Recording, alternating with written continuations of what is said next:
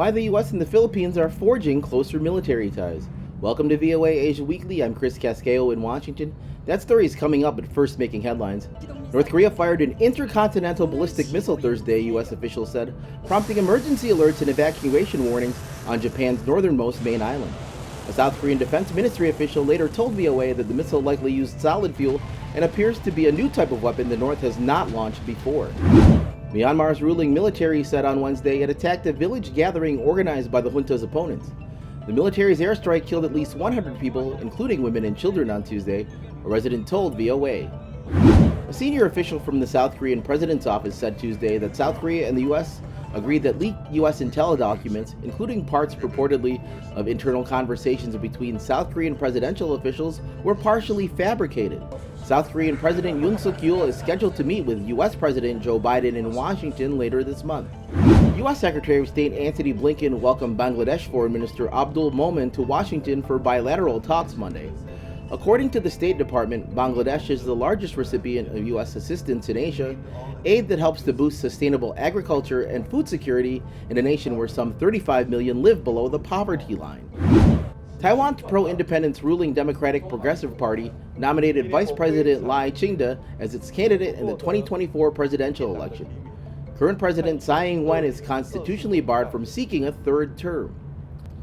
U.S. Secretary of State Antony Blinken and Secretary of Defense Lloyd Austin met with Philippine leaders at the State Department as the two countries began their largest joint military drills Tuesday, amid increased tensions with China over Taiwan and Beijing's aggression in the South China Sea.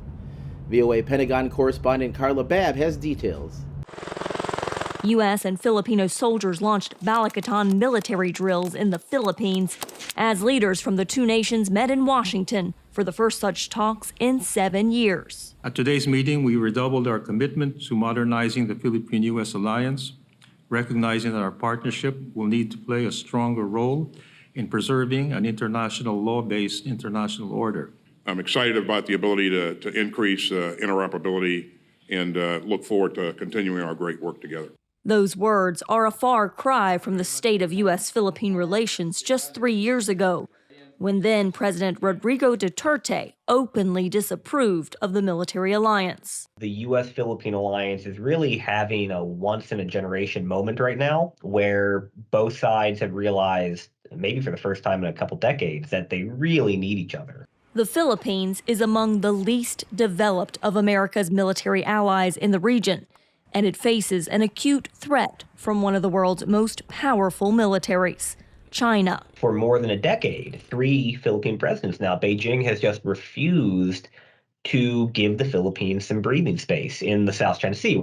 In 2012, China pushed the Philippines out of Scarborough Shoal, a territory well within the Philippines' exclusive economic zone in the South China Sea, and claimed it as Chinese territory.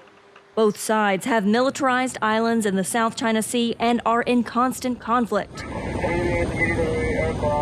That's the Chinese Coast Guard telling a Philippine Coast Guard plane last month to immediately leave what it called Chinese territory over the disputed Spratly Islands. The U.S. and the Philippines have now agreed on U.S. access to 4 new bases in the Philippines, key locations near the contested South China Sea and Taiwan, another geopolitical flashpoint looming large in the region. Our goal is peace, security, stability, creating opportunity. It's not to engage in a new Cold War. It's not to contain China.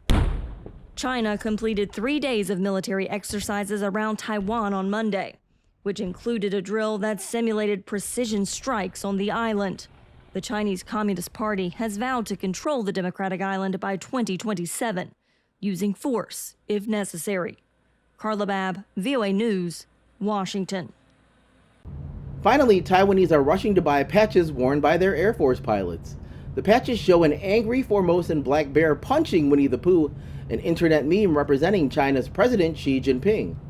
Taiwan was formerly known internationally as Formosa. Visit voanews.com for the most up-to-date stories. Thanks for watching VOA Asia Weekly. I'm Chris Casquejo. Until next week.